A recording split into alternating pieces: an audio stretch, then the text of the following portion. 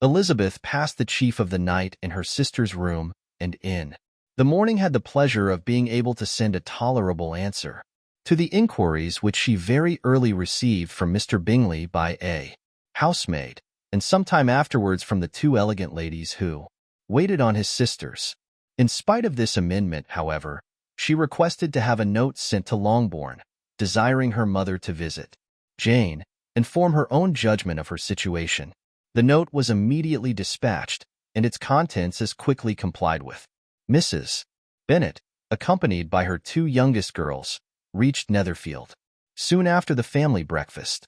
Had she found Jane in any apparent danger, Mrs. Bennet would have been very miserable, but being satisfied on seeing her that her illness was not alarming, she had no wish of her recovering immediately, as her restoration to health would probably remove her from Netherfield.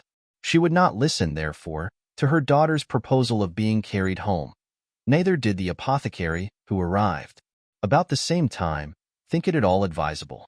After sitting a little while with Jane, on Miss Bingley's appearance and invitation, the mother and daughter all attended her into the breakfast parlor. Bingley met them with hopes that Mrs. Bennet had not found Miss Bennet worse than she expected. "Indeed I have, sir," was her answer. "She is a great deal too ill to be moved. Mr. Jones says we must not think of moving her. We must trespass a little longer on your kindness." "Removed!" cried Bingley. "It must not be thought of. My sister, I am sure, will not hear of her removal." "You may depend upon it, madam," said Miss Bingley with cold civility, "that Miss Bennet will receive every possible attention while she remains with us." Mrs. Bennet was profuse in her acknowledgments. "I am sure," she added, "if it was not for such good friends I do not know what would become of her, for she is very ill indeed, and suffers a vast deal, though with the greatest patience in the world, which is always the way with her, for she has, without exception, the sweetest temper I have ever met with. I often tell my other girls they are nothing to her. You have a sweet room here, Mr. Bingley, and a charming prospect over the gravel walk. I do not know a place in the country that is equal to Netherfield. You will not think of quitting it in a hurry, I hope, though you have but a short lease." "Whatever I do is done in a hurry," replied he, "and therefore if I should resolve to quit Netherfield, I should probably be off in 5 minutes. At present, however, I consider myself as quite fixed here." "That is exactly what I should have supposed of you," said Elizabeth. "You begin to comprehend me, do you?" cried he, turning towards her. "Oh, yes, I understand you perfectly. I wish I might take this for a compliment, but to be so easily seen through I am afraid is pitiful. That is as it happens. It does not follow that a deep, intricate character is more or less estimable than such a one as yours." "Lizzie," cried her mother, "remember where you are, and do not run on in the wild manner that you are suffered to do at home." "I did not know before," continued Bingley immediately, "that you were a studier of character. It must be an amusing study."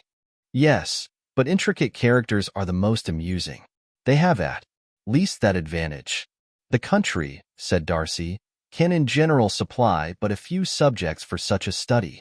In a country neighborhood you move in a very confined and unvarying society, but people themselves alter so much that there is something new to be observed in them forever." "Yes, indeed," cried Mrs. Bennet, offended by his manner of mentioning a country neighborhood. "I assure you there is quite as much of that going on in the country as in town."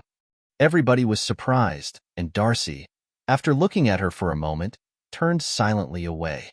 Mrs. Bennet, who fancied she had gained a complete victory over him, continued her triumph.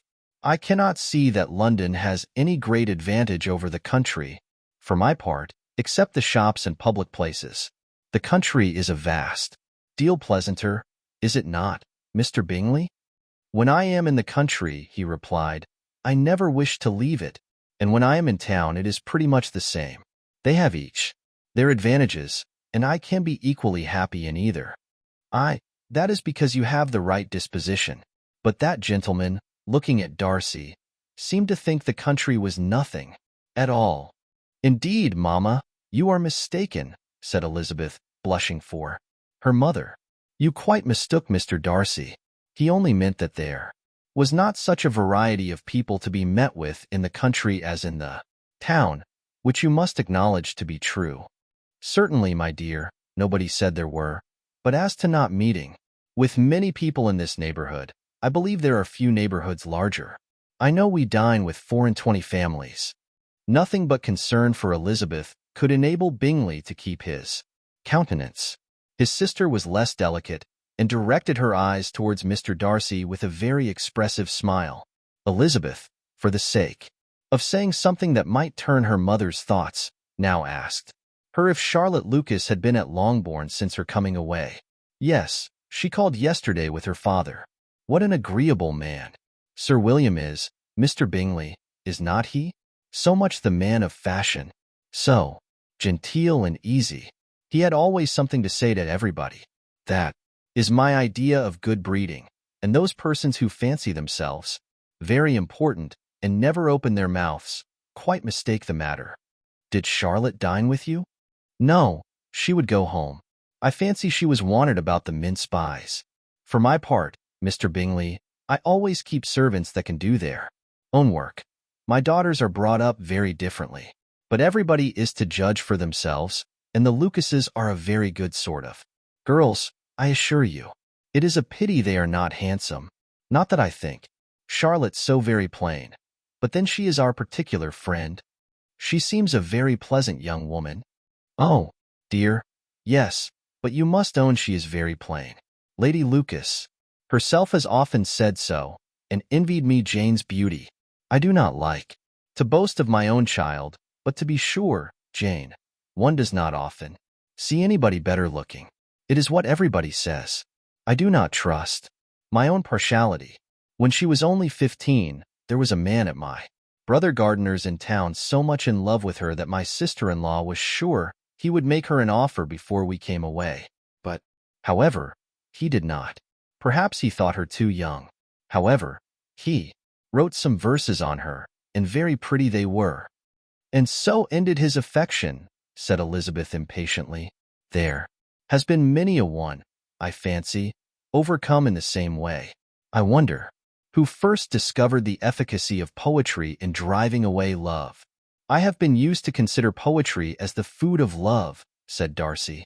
"Of a fine, stout, healthy love it may. Everything nourishes what is strong already. But if it be only a slight, thin sort of inclination, I am convinced that one good sonnet will starve it entirely away."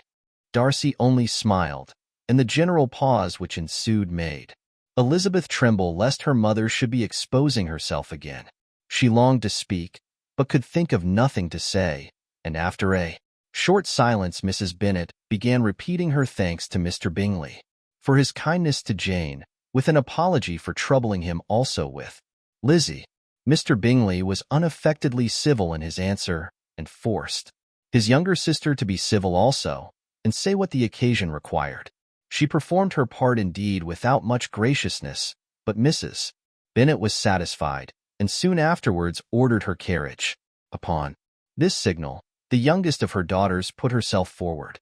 The two girls had been whispering to each other during the whole visit, and the result of it was that the youngest should tax Mr. Bingley with having promised on his first coming into the country to give a ball at Netherfield. Lydia was a stout, well-grown girl of 15, with a fine complexion and good-humored countenance, a favorite with her mother, whose affection had brought her into public at an early age. She had high animal spirits and a sort of natural self-consequence, which the attention of the officers, to whom her uncle's good dinners and her own easy manners recommended her, had increased into assurance. She was very equal, therefore, to address Mr. Bingley on the subject of the ball, and abruptly reminded him of his promise, adding that it would be the most shameful thing in the world if he did not keep it. His answer to this sudden attack was delightful to their mother's ear. "I am perfectly ready, I assure you, to keep my engagement, and when your sister is recovered, you shall, if you please, name the very day of the ball. But you would not wish to be dancing when she is ill. Lydia declared herself satisfied. Oh, yes, it would be much better to wait till Jane was well, and by that time most likely Captain Carter would be at Meryton again. And when you have given your ball, she added, I shall insist on their giving one also. I shall tell Colonel Forster. It will be quite a shame if he does not. Mrs. Bennet and her daughters then departed, and Elizabeth returned instantly to Jane, leaving her own and her relations' behavior to the remarks of the two ladies and Mr. Darcy, the latter of whom, however, could not be prevailed on to join in their censure of her, in spite of all Miss Bingley's witticisms on fine eyes.